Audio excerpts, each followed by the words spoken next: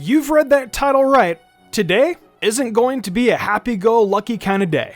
No, instead it's going to be the most aggravating Pokemon journey ever, as I have sat down and decided to put together the worst team for HeartGold and SoulSilver. These games are infamous for having bad level scaling that makes it difficult to learn good moves, a massive lack of TMs prior to Kanto that makes learning moves even more difficult, and in some way, a true lack of good Pokemon to fill up teams that sort of leaves you some variation of the same 10 Pokemon every time you play. Well, today, I'm turning the difficulty up to 11 by putting together the worst team I could imagine. And trust me, these Pokemon suck majorly. Though, hey, you know, this team might be the worst for HeartGold and SoulSilver, but perhaps our sponsor today can help improve them a bit. Skillshare is an online learning community where millions of people come together to take the next step on their creative journey. It's a service for anyone, whether they be creative writing beginners, marketing masters, or anything in between, for a variety of different creative subjects, like graphic design and web development, among others. The classes offered by Skillshare are short and manageable, usually under 60 minutes, so they can easily fit into anyone's busy schedule. I recently decided that I'm the kind of guy who wants to garden indoors, but I didn't really know where to start. As you guys know, I'm a bit busy bringing you a bunch of different content every week in streaming. So if I was going to learn how to indoor garden, I needed to fit it into my busy schedule. Lucky for me, Skillshare offers classes on how to properly start and take care of an indoor garden, hosted by Ekta Chaudhry. I'm looking forward to figuring out how to grow my own herbs. I love to start keeping things as fresh as possible in my kitchen. So I'm sure you're wondering how you can sign up for Skillshare and start joining some classes. Well, don't you worry, because we've got a deal for you today. The first 1,000 of my subscribers to click the link in the description will get a 1-month free trial of Skillshare, so you can start exploring your creativity today. This is a fantastic deal that I know you guys will love, so make sure you're one of the first 1,000. Thank you again to Skillshare for sponsoring this video. And now, on with the worst team. So as we kick things off, we're obviously not using a starter this time around, seeing as it's a worse team. I guess that would leave us with the early rodent Pokemon of the region. And in that case, it's the adorable Furret. It's not a very strong Pokemon, like at all, but it is somewhat fast at base 90 speed. It's the perfect launching point for a worse team. You can get Sentret right when the journey begins outside of New Barktown, and it'll evolve at level 15 into your leader Pokemon for the rest of the game. Now, I know I may have offended a few of you by putting Furret here, since it's got such a cult following, and as we know, it's been climbing that one escalator for a long time now. But the fact is that it's a garbage Pokemon, and it belongs on this worst team. Alright, Furret has got Strength, Iron Tail, Shadow Claw, and Dig for this moveset. I gave it Strength for a nice stab move, learned via the HM you get from the hiker on Route 42. It'll probably hit better than most normal type moves Furret can get. So next up, it's Iron Tail, learned from the TM you get for beating Jasmine. Those rock types that resist Strength, they're totally screwed.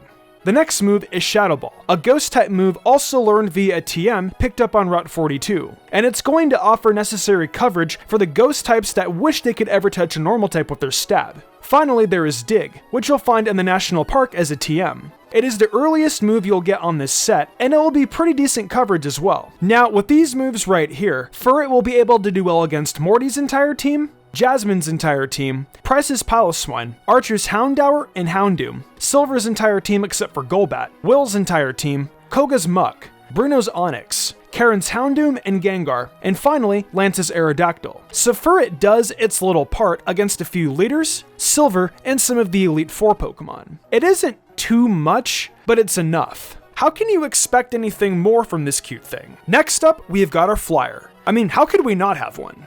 Well, fortunately, we've got a few choices. Noctowl isn't very good in these games, that's for sure. I mean, who wants to use a Farfetch'd? Both of those solid choices, but I decided to take the easy way out here. I went with Togetic, which evolves from that Togepi you hatch in the early game. Also, you know, don't go thinking you've got a Togekiss in your future. I have looked into things extensively, and you're not getting a shiny stone until at least you got access to Kanto. And you know how we do things here. We never make that mistake. For this video, I am not even getting into Kanto, as you can tell from Furret's profile. Because with a team this bad, I don't want to be blamed for making you guys use it any longer past initially entering the Hall of Fame. I am in the business of entertaining you, not torturing you. That said, let's get into the moveset and how torturous it is. Togetic's moveset, a nice mixed one, will be led off with Fly, then Return, Fire Blast, and Ancient Power. I didn't really mention it a moment ago, but Togetic is not much of an attacker in any way, especially on the physical side. It's gonna have to be though, starting off with Fly, which you will get in Cianwood City after knocking off Chuck. The next move is Return, which will probably hit decently hard since Togetic needs to love you in the first place. You'll get its TM on Sunday at the Goldenrod department store. Then next up, it's Fire Blast. We go big or go home here on the worst teams, and it's gotten in the department store too for a pretty penny. Finally, at level 33, Togetic is going to learn Ancient Power. It'll come in handy for something, I'm sure, and it even has the opportunity to raise stats. Isn't that just incredible? Togetic is going to be able to use these moves to do well against Jasmine's entire team, Press's Piloswine and Dugong, Claire's Gyarados, Archer's Houndour and Houndoom, Silver's Sneasel, Golbat, Typhlosion, and Magneton, Will's entire team except for Slowbro, Koga's entire team except for Muk, Bruno's entire team except for Onix, Karen's Houndoom, Murkrow, and Vileplume, and finally, Lance's entire team. Did someone say Togetic Elite Four and Champion Solo Run? No? Well, you should have, because look at this domination. It is the greatest Pokemon on this team. We don't need no stinking Togekiss. Alright, we need something that swims around. Surf is incredibly necessary for certain points in the game. I had to find something bad, but I also decided to go for something a bit different. You know what's bad in the grand scheme of things? Poliwrath. Defensively, it's okay, but really, it's slow and a liability out in battle. That is definitely what we're looking for. And I thought, why not pick something that also needs to be worked a little to get? Really pump up the misery. You need a Water Stone to get Poliwrath, and there's really only two viable ways to get your hands on one. You'll either need to be gifted one from a fisherman on Route 42, or you'll need to get one from the Pokeathlon on a Wednesday. Isn't that just tremendous? You can get Poliwag with the Old Rod, which is a rod you'll be given on Route 32. You can travel back to Violet City and fish one up, and then evolve it into Poliwhirl at level 25. It sounds lovely, right? Well, let's look at this move pool. Surf, Waterfall, Focus Blast, and Blizzard are the four moves Poliwrath is bringing into battle this time around. We start off with Surf. And yeah, I get it, Poliwrath is designed to be a physical attacker, but whatever. You get Surf from the owner of the dance hall in Ecruteak City. Then we have Waterfall, a very late game HM you'll get in the Ice Path. That's more like it being a physical move. The next one is Focus Blast. That's a purchasable TM in the Goldenrod department store. And quite frankly, despite its less than ideal accuracy, Focus Blast just might be its best fighting type move it can actually get its frog hands on. Finally, we have Blizzard, yet another move obtained in that lovely department store. It's that nice ice coverage every team wants to have. So with these moves, Poliwrath is going to be able to do well against Jasmine's entire team, Press's Dugong and Piloswine, Claire's duo of Dragonair, Archer's Houndour and Houndoom, Silver's Typhlosion, Magneton, Golbat, and Sneasel, Will's Xatu and Executor, Koga's Crobat, Bruno's Onix, Karen's entire team except for Gengar, and finally, Lance's trio of Dragonite and Aerodactyl. So, clearly, Poliwrath is bringing the pain in the late game like a lot of this first half so far. The Waterfall will hit hard for neutral damage on some Pokemon though, so I'm still confident about bringing it on board. Next up, we've got a nice presence from the electric typing. There was only one electric type I could think of that was bad, but at least do something with its electric type moves. And you guys, this is my least favorite Pokemon of all time. This stupid design, it's gotta be the original electric type Pokemon from my worst team for Kanto, Electrode.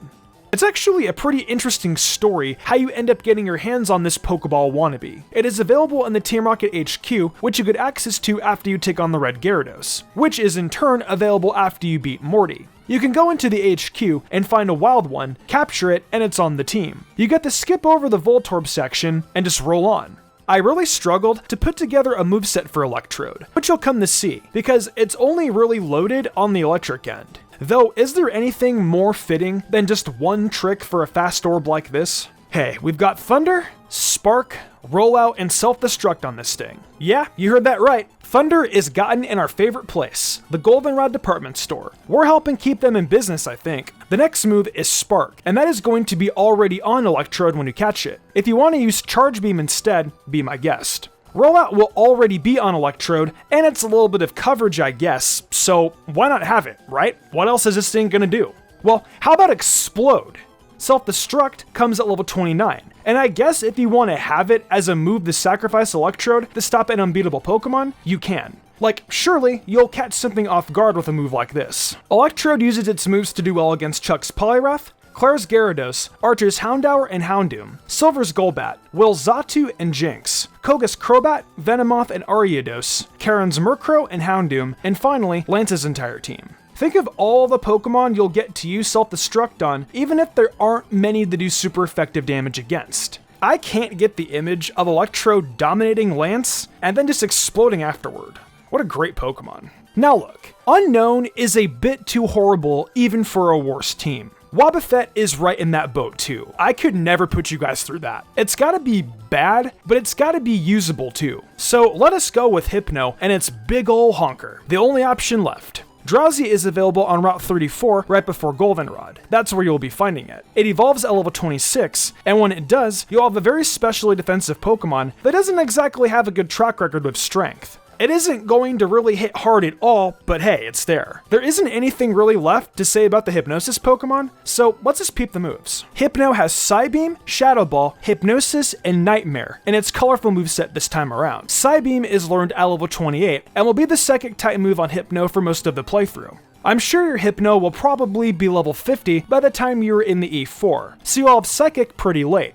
Next up is Shadow Ball on this set, and it's gotten for beating Morty. I figured having it on here would be sorta nice. Hypno is probably the best special attacker on this team that can actually use Shadow Ball, so why not? Finally, we've got Hypnosis and Nightmare. Both moves have to be hard scaled back on in the late game in Blackthorn. Might be a useful combo for some of the late battles. Who knows? Alright, so Hypno's moves will allow it to do well against Morty's entire team, Chuck's entire team, Archer's Coughing, Silver's Golbat, Kadabra, and Haunter, Will's entire team, Koga's entire team except for Forretress, Bruno's entire team except for Onix, and finally Karen's Gengar and Vileplume. Don't sleep on that Hypnosis Nightmare combo in the Elite Four, as some of the Pokemon you face will be susceptible to it. Hypno's going to do its best to creep out the opponents and lead your team to victory. Alright, time for that last Pokemon on this list, and boy is it awful. It's going to be one of the absolute worst Pokemon of both its typings, the disgustingly bad mushroom Parasect. You can find yourself a Paras in Elex Forest, probably having some sort of congregation with the other bugs in that forest, talking about how bad they all are at being Pokemon. Parasect has no redeemable stats, so the evolution of Paras at level 24 won't mean too much. I suppose base 95 attack isn't the worst in the world, but yeah, it might just be easier to just rip the mushroom things back and make a super something. But instead, I'll just try to give it a moveset and make it somewhat viable in a playthrough. Alright, the final moveset we have for today is Spore, Slash, Bullet Seed, and Sludge Bomb. That's right, Parasect, Hypno's best friend. Put them to sleep with Parasect and have Hypno come out with the Nightmare. Totally, you guys. Believe me. Spore is learned at level 17. Then there is Slash, learned at level 22. I could have gone with Leech Life in this spot, but why settle for such a low power move? It's gotta be Slash. Then there is Bullet Seed, a TM you'll find on Route 32, which is obviously gonna be a great move you'll always rely on. Quagsire is 100% shaking in its boots. Finally, we have got Sludge Bomb, which you'll get on the way to the Lake of Rage. It's probably Parasect's best move, but in my opinion, this doesn't hold a candle to Bullet Seed.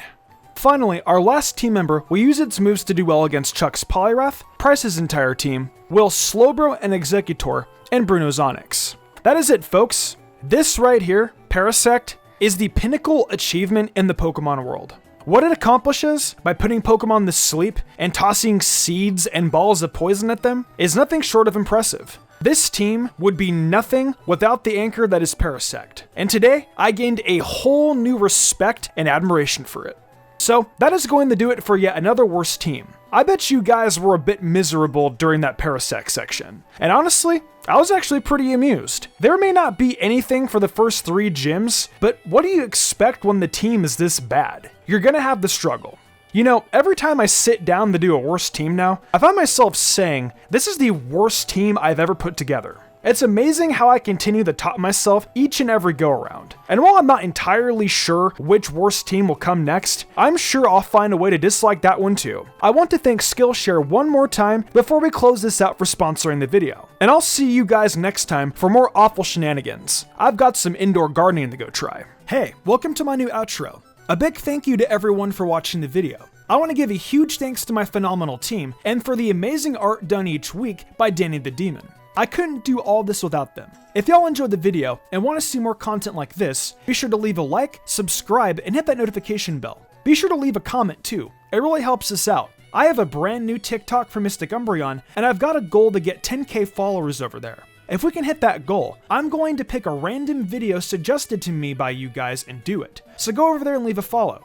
Also, over on MysticSage, we've still got 2 videos going up every weekend. We've got content from My Hero, to Demon Slayer, to Dragon Ball, so come and check it out. And also check out MysticSage on TikTok. Finally, I've got an Amazon store where I sell tons of cool stuff. I think I'm gonna wrap this up though. I'm MysticUmbreon, and I'll see you next time with some more amazing Pokemon content.